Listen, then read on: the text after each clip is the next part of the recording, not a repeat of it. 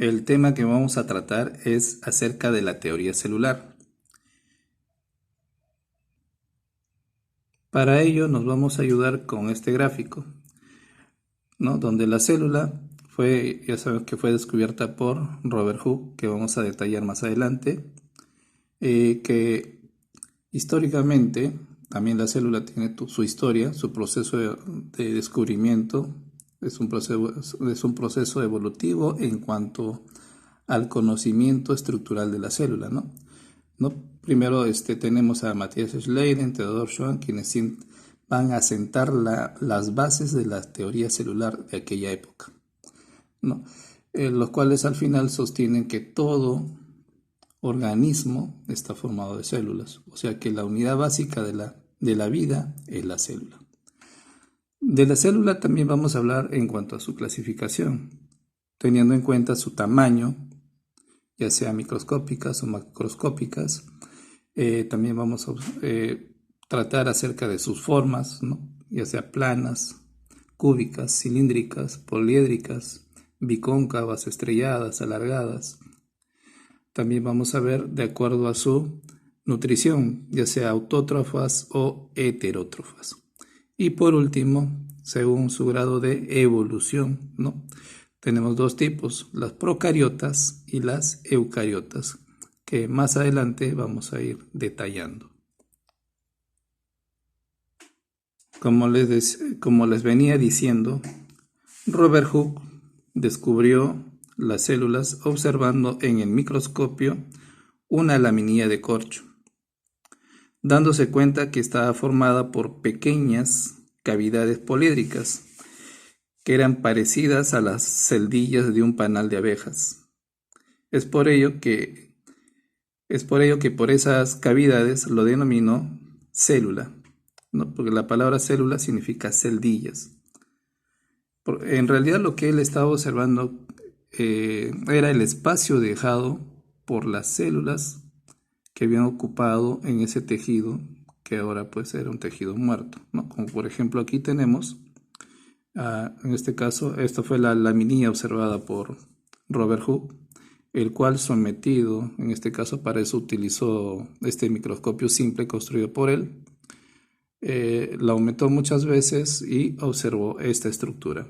En esa estructura vamos a ver estas cavidades que vemos aquí, ¿no? Tiene forma poliédrica, parecen a las celdillas que fabrican las abejas, ¿no? Donde colocan sus huevos, pero en este caso, estos espacios que ustedes observan aquí son los espacios dejados por las células vegetales cuando este tejido tenía vida, ¿ya?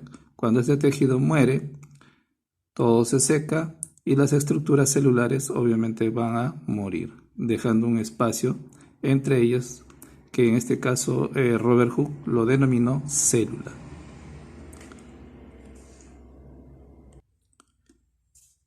Luego tenemos en el proceso de descubrimiento de la célula o el estudio de la célula a Anton van Leeuwenhoek. ¿Qué hizo Anton van Leeuwenhoek? Realizó detalladas observaciones de las células de animales y vegetales. También descubrió el mundo de los microorganismos, ¿no? Como en este caso protozoarios, ¿ya? Protozoarios y bacterias, usando para ello este microscopio simple. Pero ahora la pregunta es, ¿quién fue el primero que inventó el microscopio? El primer microscopio fue inventado por Zacharias Janssen en el año de 1590.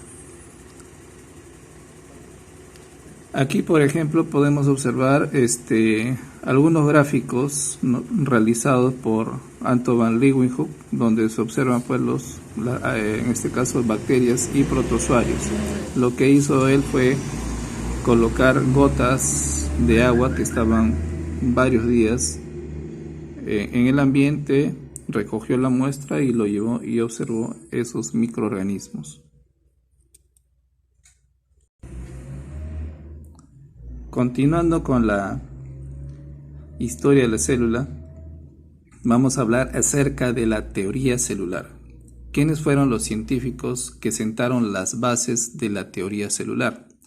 Primero hablaremos de Henry Dutrochet, quien fue el primero en establecer que la célula era la unidad básica de la estructura, es decir, que todos los organismos están formados por células.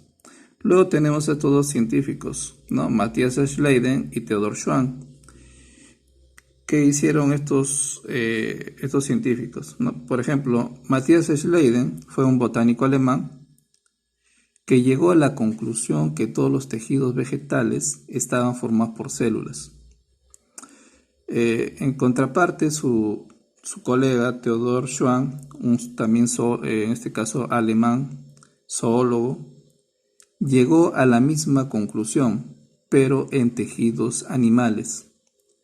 De esta manera, ambos científicos proponen las bases de la teoría celular. Ahora, luego viene en este caso Rudolf Virchow,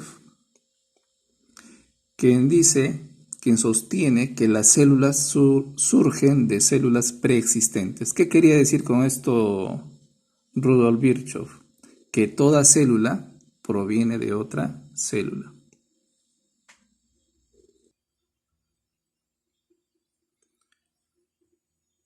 En conclusión, durante todo este proceso evolutivo en cuanto al estudio de la célula, se va a llegar en este caso se va a llegar a los siguientes postulados.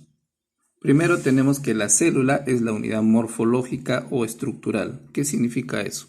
Cuando hablamos de unidad morfológica, estamos hablando de en este caso la forma de los organismos o estructural de la estructura de los organismos. En otras palabras, en algo más sencillo, estamos hablando de que todo organismo está estructuralmente construido por células. Ahora, en el segundo punto, decimos que la célula es la unidad fisiológica de los organismos. La palabra fisiológico significa función, ¿no? El funcionamiento.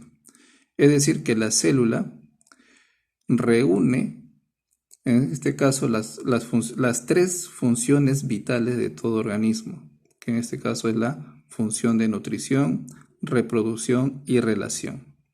Son las tres funciones básicas para decir que un organismo tiene vida.